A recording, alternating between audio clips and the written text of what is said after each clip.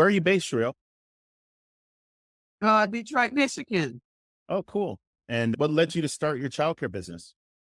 There was some incidents here in Detroit where I don't know if parents went out to party or what they were working or whatever they were doing. They went out and left the children, and the house ended up catching on fire. I started the daycare because I was teaching.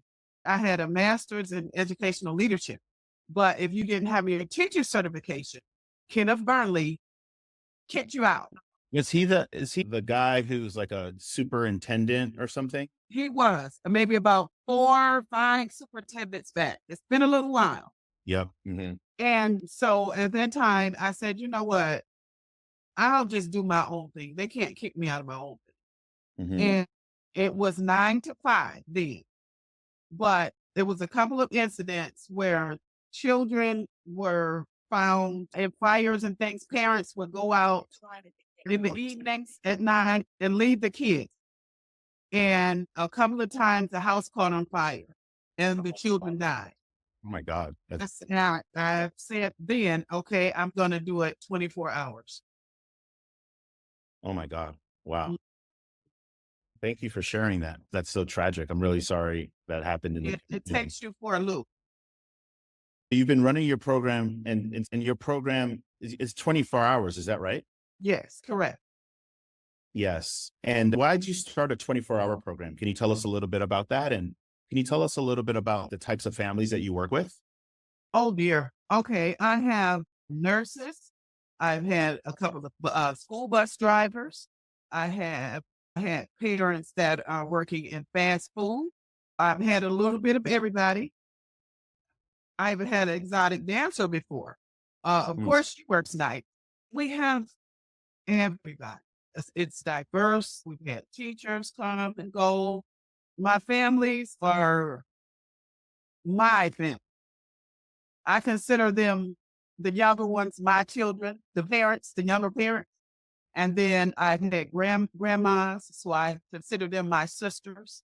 And I consider all the children mine. Oh, But it's a family atmosphere.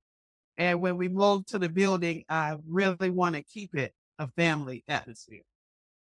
oh, so you're going to be moving to a center? Yes, preferably in March, we're going to move to a building. I just signed paperwork on it, put a Oh, wow. deposit on it. Congratulations. Thank you. So I'm excited about that. 23 years in the making. I'm going to send you guys pictures and everything, let you know how it goes. Yeah, I really appreciated you spending some time with me in person the other day. And thanks for filming with us. And it was awesome to view your program. One of the things I remember that stood out was that you're an entrepreneur through and through. From what I understand, you have a real estate business as well. Is Yeah. that right? Could you share a little bit about the other sort of businesses that you run? Oh, okay. I have an Airbnb and 4 other rental properties. I think 3 of them is family. Hmm. I have family in the rental properties now. Rent is so high now. So I said, I have a sister who has 4 children. I have a brother. He just lost his wife. He has 5 children and a son and a daughter. So I said, I don't want them spending all their money on rent. I'm going to get some property and put them in it. And that's what I did. They only pay like $600 a month, Oh, wow. where they could be paying $1,300 and $1,400 a month. Sounds like you give back a lot, both to your family and to your community. Yeah, the good thing is, well, my sister, I can say this, she just bought her house, so she'll be out. So I can go up on the rent for the next people. I can make a little money. Now everybody's on their feet. You can make some money. I like that. I like that. And how big is your program? How many kids do you have in the program? And what has it meant for you running your own business, your own childcare business? How has that supported you financially relative to being a teacher prior? Oh my goodness. I have two children of my own. And I was a single parent, did all the struggling things, all the stories about kids, baby need a pair of shoes, all of that stuff. Being a child care provider with my own, it allowed me to raise my children and then help other people raise theirs. A great financial foothold for me. The best thing I ever did. Wow. Were you able to earn more running your business than you were as a teacher? Oh, yes. Yes. Hands down, feet down. I was able to do things that I needed to do and a lot of stuff that I wanted to do.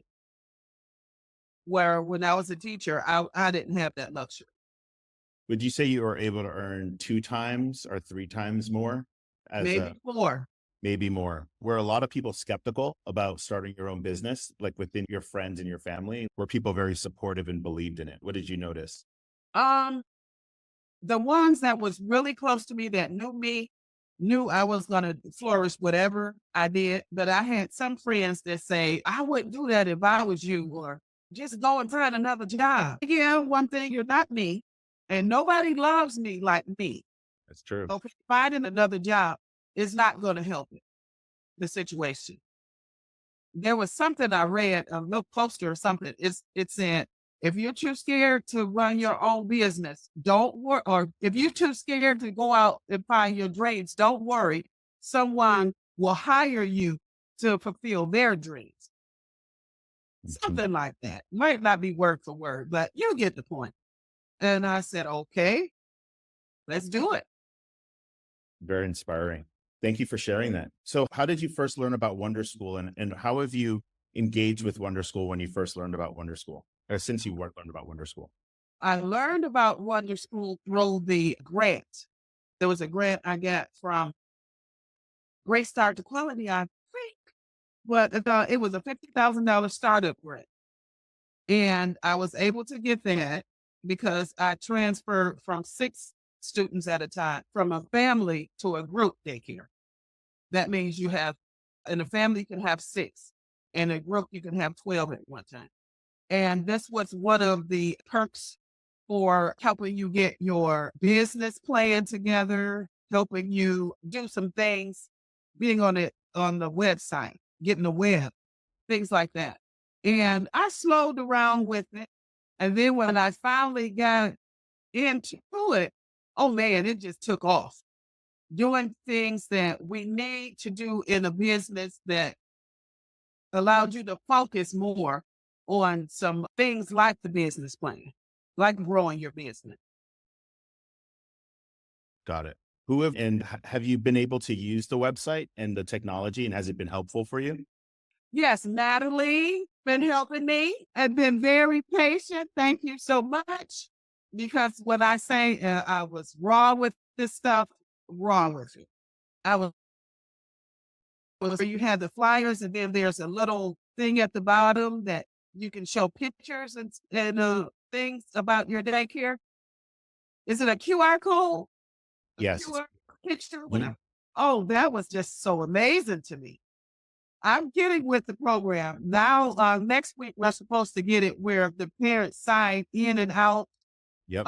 digitally. Yes. Well, I'm excited about that. Were you using technology before for your business? Absolutely not. Huh. I'm learning. It's such an honor to partner with you, Scherriel. And thank you so much for spending some time with us. Do you have any questions for us that we could answer for you? I do want to, and I probably will have to talk to you two things. I'll probably need to talk to you one on one about this, but there's a couple of things I want to start for childcare providers. One is helping them get through the levels that used to be called the STAR programs. Yeah, the QRIS. Yeah. Yes. The second one is, I don't know, it's saying this stuff, we're having a problem now, but the second is helping childcare providers get their money from the subsidy from the state. Hmm. One thing that we've done, we actually did it yesterday as we spent some time with childcare providers that are in San Francisco and we had dinner with them. And through that, we're able to get a lot of feedback from the providers about the technology, but the Mhm. providers are able to connect with each other and share information. And it's one thing coming from Wonderschool, but it's another thing coming from another provider who's Mhm. explaining an experience they had. And so I've talked to the team about doing this more in Michigan. And I think there would be opportunities so that we could get you connected with people who are getting started, people who've been in this for a long time, and just build relationships there. So that's something I think we could solve for both of the things you just mentioned, the QRIS and also connecting with other folks around just building their business. So that's something that we're working on and may make sense to connect with you about later on. Okay. And the other thing I wanted to say, thank you, thank you, thank you. They blessed one of my parents that did I think it was called testimonies. Mhm. The father sent me pictures. They bought them. I don't know exactly who did it, but blessed them with clothing, coats. It was just beautiful. And he was so excited. He was just about in tears. And that's a big thing to make a big grown man cry. So it was so exciting. And I thank you so much for that. That was from Brian, the videographer. I think Mr. Ricky's story really pulled a heartstring, and he did all of that just out of the goodness of his heart. Yeah. He sent me pictures. It was really awesome. Yes. I'm blowing him kisses. I don't know if you can see me. We can I can see you. Thanks so much. That was so beautiful. And it was right at a time that he needed because he's going through a lot. And that really encouraged him. Scherriel, thank you so much. Thank you for being a champion of Wonderschool and being such a positive force in your community. You're a big inspiration. And again, thank you so much for the time. Oh, you're quite welcome. I'll see Okay. you guys next time. Hey, you take it easy. Okay. Bye-bye.